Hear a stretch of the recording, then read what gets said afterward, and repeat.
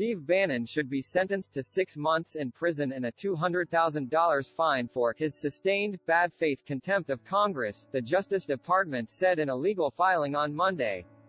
Bannon, the former Donald Trump White House strategist, was found guilty on 2 counts of criminal contempt of Congress in July for ignoring a subpoena from the U.S. House committee investigating the January 6 attack. Related, devoid of shame, January 6 cop Michael Fanone on Trump's Republican Party. Bannon faces up to a year in prison on each count on which he was found guilty.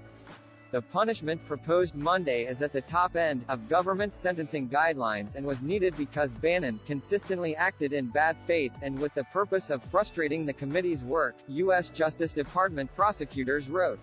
They said Bannon had refused to cooperate with the committee in any way, except for instances in which he attempted a quid pro quo of exchanging information for dismissal of his criminal case. Bannon's contempt of Congress was absolute and undertaken in bad faith, prosecutors added in the filing, which was submitted ahead of the ex-Trump advisor's scheduled sentencing Friday. To date, he remains in default. More than 1 year after accepting service of the committee's subpoena, Bannon has not produced a single document or answered a single deposition question, nor has he endeavored to do so, except as part of a duplicitous quid pro quo. Earlier this month, the FBI interviewed Timothy Heafy, a senior investigator on the January 6 committee. Heafy told an FBI agent that just before Bannon's trial this summer, Bannon's lawyer Evan Corcoran contacted him. Corcoran wanted to see if the committee would be willing to support a dismissal of Bannon's charges in exchange for testimony, according to a document filed in court. Heafy declined, since the committee was not involved in criminal charges and said he had not heard from Bannon's lawyer since. The filing details numerous instances over the last several months in which Bannon dangled the prospect of cooperation with the committee in exchange for delaying and dismissing criminal charges against him. His noncompliance has been complete and unremitting, the Justice Department wrote.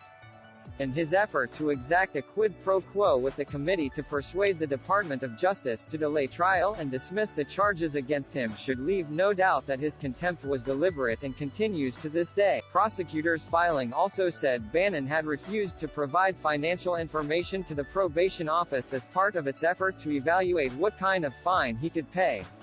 Bannon has said he would pay the maximum punishment instead. Rather than disclose his financial records, a requirement with which every other defendant found guilty of a crime is expected to comply, Bannon informed sentencing investigators that he would prefer instead to pay the maximum fine, the Justice Department argued. So be it. Prosecutors also pointed to Bannon's comments on his podcast in which he used violent and intimidating rhetoric against members of the committee. "We're going medieval on these people, we're going to savage our enemies," he said in one July appearance. Through his public platforms, Bannon has used hyperbolic and sometimes violent rhetoric to disparage the committee's investigation, personally attack the committee's members, and ridicule the criminal justice system, the filing said. The statements prove that his contempt was not aimed at protecting executive privilege or the Constitution, rather it was aimed at undermining the committee's efforts to investigate an historic attack on government. The January 6 committee, which has relied heavily on testimony from former Trump administration official, held what was likely its final public hearing last week. It ended the meeting by voting 9-0 to subpoena Trump.